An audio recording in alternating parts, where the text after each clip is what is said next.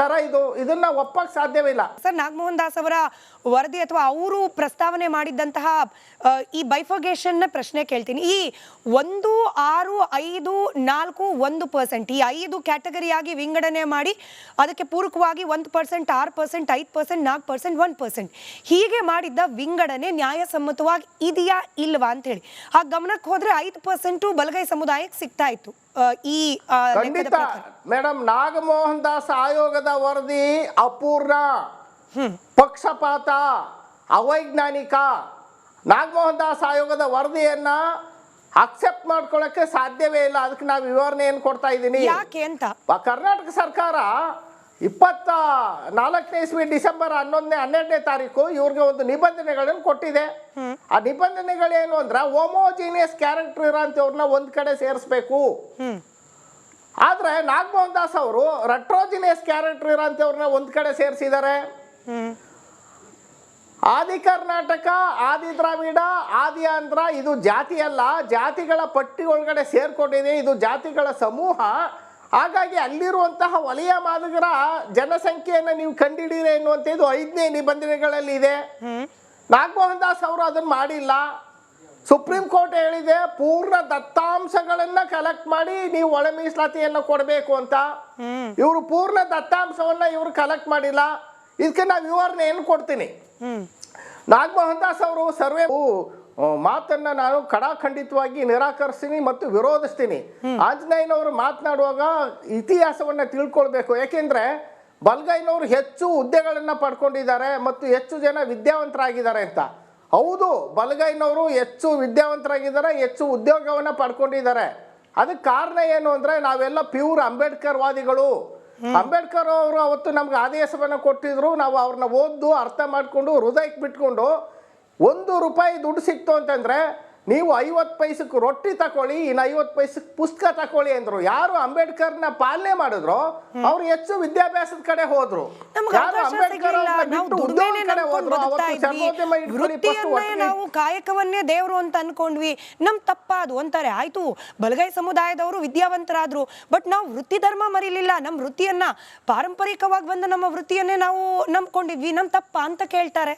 ನಿಮ್ಮ ತಪ್ಪಲ್ಲ, ನಾವು ಹೆಚ್ಚು ವಿದ್ಯಾವಂತರಾದದ್ದು ನಮ್ಮ ತಪ್ಪ ಮೇಡಮ್. ಈಗ ನಾಗಮೋಹನ್ ದಾಸ್ ಅವರ ಆಯೋಗದ ವರದಿ ಪ್ರಕಾರ 8 ಲಕ್ಷದ ಚಿಲ್ಲರೆ 8,72,000 ಏನೋ ಸಮಥಿಂಗು 8 ಲಕ್ಷಕ್ಕೂ ಹೆಚ್ಚು ಜನ ಸ್ಕೂಲ್ ಬಿಟ್ಟವ್ರು ಇದ್ದಾರೆ. ಯಾವುದು ಎಡಗೈ ಸಮುದಾಯದಲ್ಲಿ 5,77,000 ಜನ ಶೆಡ್ಯೂಲ್ ಕ್ಯಾಸ್ಟ್ ರೈಟ್ ಕಮ್ಯುನಿಟಿಯಲ್ಲಿ ಸ್ಕೂಲ್ ಬಿಟ್ಟಿದ್ದಾರೆ. ನಾವು ಸ್ಕೂಲ್ಗೆ ಓದೋದು ನಮ್ಮ ತಪ್ಪ. ನಾನು ಕೂಡ ಒಬ್ಬ ಕೂಲಿ ಕಾರ್ಮಿಕನ ಮಗ. ನಮ್ಮಪ್ಪ ಕೂಲಿ ಮಾಡಿ ಕೂಡ ನನ್ನನ್ನು ಓದಿಸ್ತದು. ಆಯ್ತಲ್ಲ, ನಾನೇ ಏನಾದರೂ ಇವತ್ತು ಅಧಿಕಾರಿ ಆಗಿದ್ದೀನಿ ಅಂದರೆ ನಮ್ಮಪ್ಪ ಕೂಲಿ ಮಾಡಿ ನನ್ನನ್ನು ಓದಿಸ್ತದು, ಅವ್ನು ರಕ್ತ ಬಸ್ತ. ಹಾಗಾಗಿ ನಾವೆಲ್ಲ ವಿದ್ಯಾವಂತರಾದ ಉದ್ಯೋಗ ಸಿಕ್ತು ಪಡ್ಕೊಂಡಿದ್ದೀವಿ.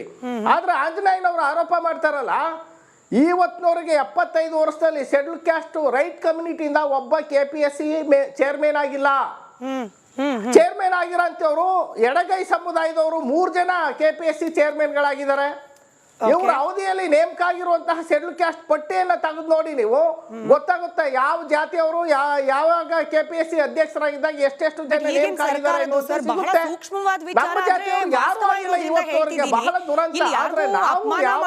ಯಾರ್ದನ್ನು ತಪ್ಪು ಅನ್ನೋದು ನನ್ನ ಉದ್ದೇಶ ಅಲ್ಲ, ಬಹಳ ಸೂಕ್ಷ್ಮವಾದ ವಿಚಾರ. ಅದನ್ನ ಅರ್ಥೇನೆ ಬಹಳ ಜವಾಬ್ದಾರಿಯಾಗಿ ಕೇಳ್ತಾ ಇದ್ದೀನಿ. ಕೆಲವ್ರ ಆರೋಪ, ಇದು ಆಂಜನೇಯ ಅವ್ರದಲ್ಲ, ಕೆಲವ್ರ ಆರೋಪ ಏನಾಗಿದೆ ಅಂತಂದ್ರೆ ಈಗಿನ ಸಂಪುಟ ನೋಡಿ ಮೇಡಮ್, ಈಗಿನ ಸಂಪುಟದಲ್ಲಿ ಬಲಗೈ ಸಮುದಾಯದವರಿಗೆ ಪ್ರಾತಿನಿಧ್ಯ ಹೆಚ್ಚಿದೆಯಾ, ಎಡಗೈನವ್ರಿಗೆ ಹೆಚ್ಚಿದೆಯಾ? ಉತ್ತರ ಬಲಗೈ ಅಂತ ಬರ್ತಾ ಇದೆ. ಅವರ ಸುತ್ತಮುತ್ತ ಇರ್ತಕ್ಕಂಥ ಅಧಿಕಾರಿಗಳನ್ನ ನೀವು ಗಮನಿಸಿ, ಆಯಕಟ್ಟಿನ ಹುದ್ದೆಗಳಲ್ಲಿ ಇರ್ತಕ್ಕಂಥ ಅಧಿಕಾರಿಗಳನ್ನ ಗಮನಿಸಿ, ಯಾರಿಗೆ ಅವರು ಅಪಾಯಿಂಟ್ಮೆಂಟ್ ಕೊಟ್ಕೊಂಡಿದ್ದಾರೆ. ಎಲ್ಲ ಕಡೆ ಕೂಡ ಬಹುತೇಕ ಬಲಗೈ ಸಮುದಾಯದವರೇ ಇದ್ದಾರೆ. ಎಡಗೈನವರಿಗೆ ಅವಕಾಶ ಬೇಡವಾ ಅನ್ನೋದು ನೇರ ಪ್ರಶ್ನೆ ಆ ಸಮುದಾಯದಿಂದ. ಈಗ ಸರ್ಕಾರ ಏನು ಸಚಿವ ಸಂಪುಟಕ್ಕೆ ಸೇರಿಸ್ಕೊಳ್ಳೋ ಅಂತದ್ದು ಸರ್ಕಾರಕ್ಕೆ ಸಂಬಂಧಪಟ್ಟದ್ದು ಆಯ್ತಲ್ಲ. ಅದು ಬಲಗೈನವರೆಲ್ಲ ಚುನಾವಣೆಯಲ್ಲಿ ಆಯ್ಕೆ ಮಾಡಿ ಪ್ರತ್ಯೇಕವಾಗಿ ಮಂತ್ರಿ ಮಾಡ್ತಾರಾ? ಯಾವಾಗಲೂ ಕೂಡ ಅವರು ಸರ್ಕಾರನ ಕೇಳಿ ಬಲಗೈನವ್ರ ಮೇಲೆ ಯಾಕೆ ಆರೋಪ ಮಾಡ್ತಾರೆ? ನಾವೇನು ತಪ್ಪು ಮಾಡಿದ್ದೀವಿ? ನಮ್ಗೆ ಅರ್ಹತೆ ಇದೆ. ಪರಮೇಶ್ವರ್ ಅವರು ಈ ರಾಜ್ಯದಲ್ಲಿ KPCC ಚೇರ್ಮನ್ ಆಗಿ 8 ವರ್ಷ ಇದ್ರು. ಅವ್ರ ಮಂತ್ರಿ ಆದ್ರೆ ನೀವು ಕೋಟದಲ್ಲಿ ಪರಿಗಣಿಸ್ತೀರಾ? ಆಯ್ತಲ್ಲ. ಹಾಗಾಗಿ ಯಾರಿಗೆ ಅರ್ಹತೆ ಇದೆ, ಜನರಲ್ ಮೆರಿಟ್ ಅನ್ನೋದು ಇರುತ್ತೆ. ಹಾಗಾಗಿ ನಮ್ಮನ್ನ ಯಾವುದೋ ಒಂದು ಪಕ್ಷ ನಿಮಗೆ ಮಂತ್ರಿ ಸ್ಥಾನದಲ್ಲಿ ಜಾಸ್ತಿ ಕೊಡ್ಲಿಲ್ಲ ಅಂದ್ರೆ ಬಲಗೈನವರು ಕಿತ್ಕೊಂಡ್ರು ಅಂತ ಆರೋಪ ಮಾಡೋದು ಏನು ತರ ಇದನ್ನ ಒಪ್ಪಕ್ ಸಾಧ್ಯವಿಲ್ಲ. ಸರ್, ನಾಗಮೋಹನ್ ದಾಸ್ ಅವರ ವರದಿ ಅಥವಾ ಅವರು ಪ್ರಸ್ತಾವನೆ ಮಾಡಿದ್ದಂತಹ ಈ ಬೈಫರ್ಗೇಷನ್ ಪ್ರಶ್ನೆ ಕೇಳ್ತೀನಿ. ಈ 1, 6, 5, 4, 1% ಈ 5 ಕ್ಯಾಟಗರಿಯಾಗಿ ವಿಂಗಡಣೆ ಮಾಡಿ ಅದಕ್ಕೆ ಪೂರಕವಾಗಿ 1%, 6%, 5%, 4%, 1% ಹೀಗೆ ಮಾಡಿದ್ದ ವಿಂಗಡಣೆ ನ್ಯಾಯಸಮ್ಮತವಾಗಿ ಇದೆಯಾ ಇಲ್ವಾ ಅಂತ ಹೇಳಿ ಆ ಗಮನಕ್ಕೆ ಹೋದ್ರೆ 5% ಬಲಗೈ ಸಮುದಾಯಕ್ಕೆ ಸಿಗ್ತಾ ಇತ್ತು.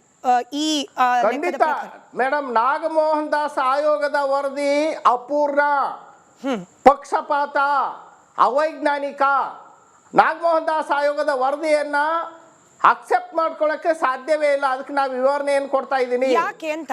ಕರ್ನಾಟಕ ಸರ್ಕಾರ 24ನೇ ಇಸ್ವಿ ಡಿಸೆಂಬರ್ 12ನೇ ತಾರೀಕು ಇವ್ರಿಗೆ ಒಂದು ನಿಬಂಧನೆಗಳನ್ನು ಕೊಟ್ಟಿದೆ.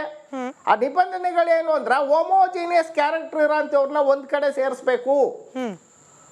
ಆದ್ರೆ ನಾಗಮೋಹನ್ ದಾಸ್ ಅವರು ರೆಟ್ರೋಜಿನಿಯಸ್ ಕ್ಯಾರೆಕ್ಟರ್ ಇರೋಂಥವ್ರನ್ನ ಒಂದ್ ಕಡೆ ಸೇರಿಸಿದ್ದಾರೆ. ಆದಿ ಕರ್ನಾಟಕ, ಆದಿ ದ್ರಾವಿಡ, ಆದಿ ಆಂಧ್ರ ಇದು ಜಾತಿ ಅಲ್ಲ, ಜಾತಿಗಳ ಪಟ್ಟಿ ಒಳಗಡೆ ಸೇರ್ಕೊಂಡಿದೆ. ಇದು ಜಾತಿಗಳ ಸಮೂಹ. ಹಾಗಾಗಿ ಅಲ್ಲಿರುವಂತಹ ವಲಯ ಮಾದಗರ ಜನಸಂಖ್ಯೆಯನ್ನು ನೀವು ಕಂಡಿಡೀರಿ ಎನ್ನುವಂಥದ್ದು 5ನೇ ನಿಬಂಧನೆಗಳಲ್ಲಿ ಇದೆ. ನಾಗಮೋಹನ್ ದಾಸ್ ಅವರು ಅದನ್ನು ಮಾಡಿಲ್ಲ. ಸುಪ್ರೀಂ ಕೋರ್ಟ್ ಹೇಳಿದೆ ಪೂರ್ಣ ದತ್ತಾಂಶಗಳನ್ನ ಕಲೆಕ್ಟ್ ಮಾಡಿ ನೀವು ಒಳ ಮೀಸಲಾತಿಯನ್ನು ಕೊಡಬೇಕು ಅಂತ. ಇವರು ಪೂರ್ಣ ದತ್ತಾಂಶವನ್ನ ಇವರು ಕಲೆಕ್ಟ್ ಮಾಡಿಲ್ಲ. ಇದಕ್ಕೆ ನಾವು ವಿವರಣೆ ಏನು ಕೊಡ್ತೀನಿ. ನಾಗಮೋಹನ್ ದಾಸ್ ಅವರು ತರ ಇದನ್ನ ಒಪ್ಪಕ್ ಸಾಧ್ಯವಿಲ್ಲ. ಸರ್, ನಾಗಮೋಹನ್ ದಾಸ್ ಅವರ ವರದಿ ಅಥವಾ ಅವರು ಪ್ರಸ್ತಾವನೆ ಮಾಡಿದ್ದಂತಹ ಈ ಬೈಫರ್ಗೇಷನ್ ಪ್ರಶ್ನೆ ಕೇಳ್ತೀನಿ. ಈ 1, 6, 5, 4, 1% ಈ 5 ಕ್ಯಾಟಗರಿಯಾಗಿ ವಿಂಗಡಣೆ ಮಾಡಿ ಅದಕ್ಕೆ ಪೂರಕವಾಗಿ 1%, 6%, 5%, 4%, 1% ಹೀಗೆ ಮಾಡಿದ್ದ ವಿಂಗಡಣೆ ನ್ಯಾಯಸಮ್ಮತವಾಗಿ ಇದೆಯಾ ಇಲ್ವಾ ಅಂತ ಹೇಳಿ ಆ ಗಮನಕ್ಕೆ ಹೋದ್ರೆ 5% ಬಲಗೈ ಸಮುದಾಯಕ್ಕೆ ಸಿಗ್ತಾ ಇತ್ತು. ಈ ಖಂಡಿತ ಮೇಡಮ್, ನಾಗಮೋಹನ್ ದಾಸ್ ಆಯೋಗದ ವರದಿ ಅಪೂರ್ಣ, ಪಕ್ಷಪಾತ, ಅವೈಜ್ಞಾನಿಕ. ನಾಗಮೋಹನ್ ದಾಸ್ ಆಯೋಗದ ವರದಿಯನ್ನ ಅಕ್ಸೆಪ್ಟ್ ಮಾಡ್ಕೊಳ್ಳಕ್ಕೆ ಸಾಧ್ಯವೇ ಇಲ್ಲ. ಅದಕ್ಕೆ ನಾವು ವಿವರಣೆ ಏನು ಕೊಡ್ತಾ ಇದ್ದೀನಿ. ಯಾಕೆ ಅಂತ. ಕರ್ನಾಟಕ ಸರ್ಕಾರ 24ನೇ ಇಸ್ವಿ ಡಿಸೆಂಬರ್ 12ನೇ ತಾರೀಕು ಇವ್ರಿಗೆ ಒಂದು ನಿಬಂಧನೆಗಳನ್ನು ಕೊಟ್ಟಿದೆ. ಆ ನಿಬಂಧನೆಗಳೇನು ಅಂದ್ರೆ ಹೋಮೋಜಿನಿಯಸ್ ಕ್ಯಾರೆಕ್ಟರ್ ಇರೋಂಥವ್ರನ್ನ ಒಂದ್ ಕಡೆ ಸೇರಿಸ್ಬೇಕು. ಆದ್ರೆ ನಾಗಮೋಹನ್ ದಾಸ್ ಅವರು ರೆಟ್ರೋಜಿನಿಯಸ್ ಕ್ಯಾರೆಕ್ಟರ್ ಇರೋಂಥವ್ರನ್ನ ಒಂದ್ ಕಡೆ ಸೇರಿಸಿದ್ದಾರೆ. ಆದಿ ಕರ್ನಾಟಕ, ಆದಿ ದ್ರಾವಿಡ, ಆದಿ ಆಂಧ್ರ ಇದು ಜಾತಿ ಅಲ್ಲ, ಜಾತಿಗಳ ಪಟ್ಟಿ ಒಳಗಡೆ ಸೇರ್ಕೊಂಡಿದೆ. ಇದು ಜಾತಿಗಳ ಸಮೂಹ. ಹಾಗಾಗಿ ಅಲ್ಲಿರುವಂತಹ ವಲಯ ಮಾದಗರ ಜನಸಂಖ್ಯೆಯನ್ನು ನೀವು ಕಂಡಿಡೀರಿ ಎನ್ನುವಂಥದ್ದು 5ನೇ ನಿಬಂಧನೆಗಳಲ್ಲಿ ಇದೆ. ನಾಗಮೋಹನ್ ದಾಸ್ ಅವರು ಅದನ್ನು ಮಾಡಿಲ್ಲ. ಸುಪ್ರೀಂ ಕೋರ್ಟ್ ಹೇಳಿದೆ ಪೂರ್ಣ ದತ್ತಾಂಶಗಳನ್ನ ಕಲೆಕ್ಟ್ ಮಾಡಿ ನೀವು ಒಳ ಮೀಸಲಾತಿಯನ್ನು ಕೊಡಬೇಕು ಅಂತ. ಇವರು ಪೂರ್ಣ ದತ್ತಾಂಶವನ್ನ ಇವರು ಕಲೆಕ್ಟ್ ಮಾಡಿಲ್ಲ. ಇದಕ್ಕೆ ನಾವು ವಿವರಣೆ ಏನು ಕೊಡ್ತೀನಿ. ನಾಗಮೋಹನ್ ದಾಸ್ ಅವರು ಸರ್ವೆ ಮಾತನ್ನ ನಾನು ಖಡಾಖಂಡಿತವಾಗಿ ನಿರಾಕರಿಸ್ತೀನಿ ಮತ್ತು ವಿರೋಧಿಸ್ತೀನಿ.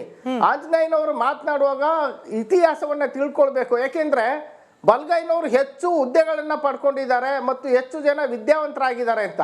ಹೌದು, ಬಲಗೈನವರು ಹೆಚ್ಚು ವಿದ್ಯಾವಂತರಾಗಿದ್ದಾರೆ, ಹೆಚ್ಚು ಉದ್ಯೋಗವನ್ನ ಪಡ್ಕೊಂಡಿದ್ದಾರೆ. ಅದಕ್ಕೆ ಕಾರಣ ಏನು ಅಂದ್ರೆ ನಾವೆಲ್ಲ ಪ್ಯೂರ್ ಅಂಬೇಡ್ಕರ್ ವಾದಿಗಳು. ಅಂಬೇಡ್ಕರ್ ಅವರು ಅವತ್ತು ನಮ್ಗೆ ಆದೇಶವನ್ನು ಕೊಟ್ಟಿದ್ರು. ನಾವು ಅವ್ರನ್ನ ಓದ್ದು ಅರ್ಥ ಮಾಡಿಕೊಂಡು ಹೃದಯಕ್ಕೆ ಬಿಟ್ಕೊಂಡು ₹1 ದುಡ್ಡು ಸಿಕ್ತು ಅಂತಂದ್ರೆ ನೀವು 50 ಪೈಸಕ್ಕೆ ರೊಟ್ಟಿ ತಕೊಳ್ಳಿ, ಇನ್ನು 50 ಪೈಸಕ್ಕೆ ಪುಸ್ತಕ ತಕೊಳ್ಳಿ ಅಂದ್ರು. ಯಾರು ಅಂಬೇಡ್ಕರ್ನ ಪಾಲನೆ ಮಾಡಿದ್ರು ಅವ್ರು ಹೆಚ್ಚು ವಿದ್ಯಾಭ್ಯಾಸದ ಕಡೆ ಹೋದ್ರು. ಯಾರು ಅಂಬೇಡ್ಕರ್ ನಾವು ಕಾಯಕವನ್ನೇ ದೇವರು ಅಂತ ಅನ್ಕೊಂಡ್ವಿ. ನಮ್ ತಪ್ಪಾದು ಅಂತಾರೆ. ಆಯ್ತು, ಬಲಗೈ ಸಮುದಾಯದವರು ವಿದ್ಯಾವಂತರಾದ್ರು, ಬಟ್ ನಾವು ವೃತ್ತಿ ಧರ್ಮ ಮರಿಲಿಲ್ಲ. ನಮ್ಮ ವೃತ್ತಿಯನ್ನ ಪಾರಂಪರಿಕವಾಗಿ ಬಂದ ನಮ್ಮ ವೃತ್ತಿಯನ್ನೇ ನಾವು ನಂಬ್ಕೊಂಡಿದ್ವಿ. ನಮ್ ತಪ್ಪ ಅಂತ ಕೇಳ್ತಾರೆ. ನಿಮ್ಮ ತಪ್ಪಲ್ಲ, ನಾವು ಹೆಚ್ಚು ವಿದ್ಯಾವಂತರಾದದ್ದು ನಮ್ಮ ತಪ್ಪ ಮೇಡಮ್. ಈಗ ನಾಗಮೋಹನ್ ದಾಸ್ ಅವರ ಆಯೋಗದ ವರದಿ ಪ್ರಕಾರ 8 ಲಕ್ಷದ ಚಿಲ್ಲರೆ 8,72,000 ಏನೋ ಸಮಥಿಂಗು 8 ಲಕ್ಷಕ್ಕೂ ಹೆಚ್ಚು ಜನ ಸ್ಕೂಲ್ ಬಿಟ್ಟವ್ರು ಇದ್ದಾರೆ. ಯಾವುದು ಎಡಗೈ ಸಮುದಾಯದಲ್ಲಿ 5,77,000 ಜನ ಶೆಡ್ಯೂಲ್ ಕ್ಯಾಸ್ಟ್ ರೈಟ್ ಕಮ್ಯುನಿಟಿಯಲ್ಲಿ ಸ್ಕೂಲ್ ಬಿಟ್ಟಿದ್ದಾರೆ. ನಾವು ಸ್ಕೂಲ್ಗೆ ಓದೋದು ನಮ್ಮ ತಪ್ಪ. ನಾನು ಕೂಡ ಒಬ್ಬ ಕೂಲಿ ಕಾರ್ಮಿಕನ ಮಗ. ನಮ್ಮಪ್ಪ ಕೂಲಿ ಮಾಡಿ ಕೂಡ ನನ್ನನ್ನು ಓದಿಸ್ತದು ಆಯ್ತಲ್ಲ. ನಾನೇ ಏನಾದರೂ ಇವತ್ತು ಅಧಿಕಾರಿ ಆಗಿದ್ದೀನಿ ಅಂದರೆ ನಮ್ಮಪ್ಪ ಕೂಲಿ ಮಾಡಿ ನನ್ನನ್ನು ಓದಿಸ್ತದು ಅವ್ರ ರಕ್ತ ಬಸ್ತ. ಹಾಗಾಗಿ ನಾವೆಲ್ಲ ವಿದ್ಯಾವಂತರಾದ ಉದ್ಯೋಗ ಸಿಕ್ತು ಪಡ್ಕೊಂಡಿದ್ದೀವಿ.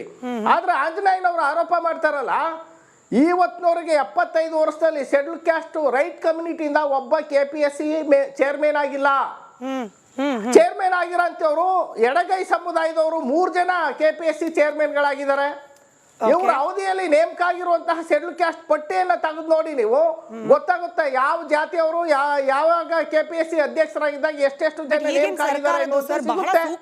ನಮ್ಮ ಜಾತಿಯವರು ಯಾರು ಆಗಿಲ್ಲ ಇವತ್ತವರೆಗೆ. ಬಹಳ ದುರಂತ. ಆದ್ರೆ ನಾವು ಯಾರ್ದು ತಪ್ಪು ಅನ್ನೋದು ನನ್ನ ಉದ್ದೇಶ ಅಲ್ಲ, ಬಹಳ ಸೂಕ್ಷ್ಮವಾದ ವಿಚಾರ. ಅದನ್ನ ಅರ್ಥೇನೆ ಬಹಳ ಜವಾಬ್ದಾರಿಯಾಗಿ ಕೇಳ್ತಾ ಇದ್ದೀನಿ. ಕೆಲವ್ರ ಆರೋಪ, ಇದು ಆಂಜನೇಯ ಅವ್ರದಲ್ಲ, ಕೆಲವ್ರ ಆರೋಪ ಏನಾಗಿದೆ ಅಂತಂದ್ರೆ ಈಗಿನ ಸಂಪುಟ ನೋಡಿ ಮೇಡಮ್, ಈಗಿನ ಸಂಪುಟದಲ್ಲಿ ಬಲಗೈ ಸಮುದಾಯದವರಿಗೆ ಪ್ರಾತಿನಿಧ್ಯ ಹೆಚ್ಚಿದೆಯಾ, ಎಡಗೈನವ್ರಿಗೆ ಹೆಚ್ಚಿದೆಯಾ? ಉತ್ತರ ಬಲಗೈ ಅಂತ ಬರ್ತಾ ಇದೆ. ಅವರ ಸುತ್ತಮುತ್ತ ಇರ್ತಕ್ಕಂಥ ಅಧಿಕಾರಿಗಳನ್ನ ನೀವು ಗಮನಿಸಿ, ಆಯಕಟ್ಟಿನ ಹುದ್ದೆಗಳಲ್ಲಿ ಇರ್ತಕ್ಕಂಥ ಅಧಿಕಾರಿಗಳನ್ನ ಗಮನಿಸಿ, ಯಾರಿಗೆ ಅವರು ಅಪಾಯಿಂಟ್ಮೆಂಟ್ ಕೊಟ್ಕೊಂಡಿದ್ದಾರೆ. ಎಲ್ಲ ಕಡೆ ಕೂಡ ಬಹುತೇಕ ಬಲಗೈ ಸಮುದಾಯದವರೇ ಇದ್ದಾರೆ. ಎಡಗೈನವರಿಗೆ ಅವಕಾಶ ಬೇಡವಾ ಅನ್ನೋದು ನೇರ ಪ್ರಶ್ನೆ ಆ ಸಮುದಾಯದಿಂದ.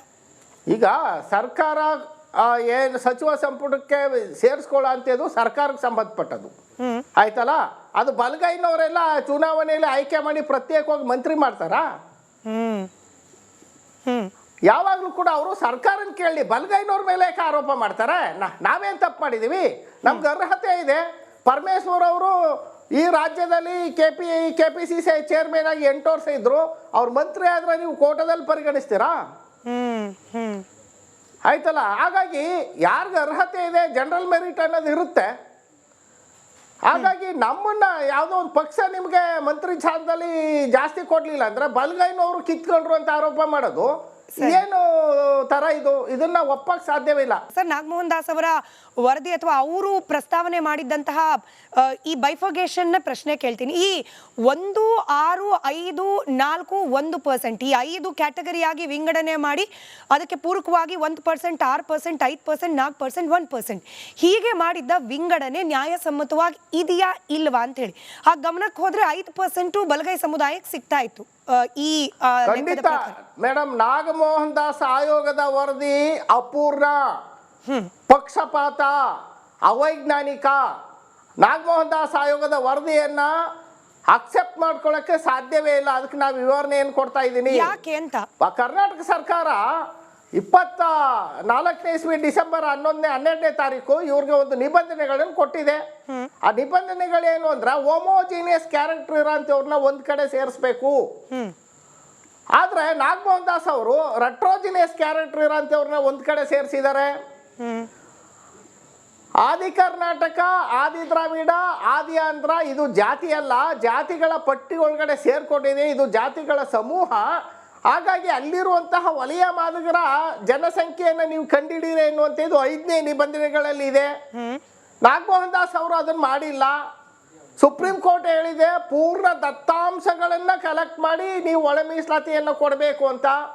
ಇವರು ಪೂರ್ಣ ದತ್ತಾಂಶವನ್ನ ಇವರು ಕಲೆಕ್ಟ್ ಮಾಡಿಲ್ಲ. ಇದಕ್ಕೆ ನಾವು ವಿವರಣೆ ಏನು ಕೊಡ್ತೀನಿ. ನಾಗಮೋಹನ್ ದಾಸ್ ಅವರು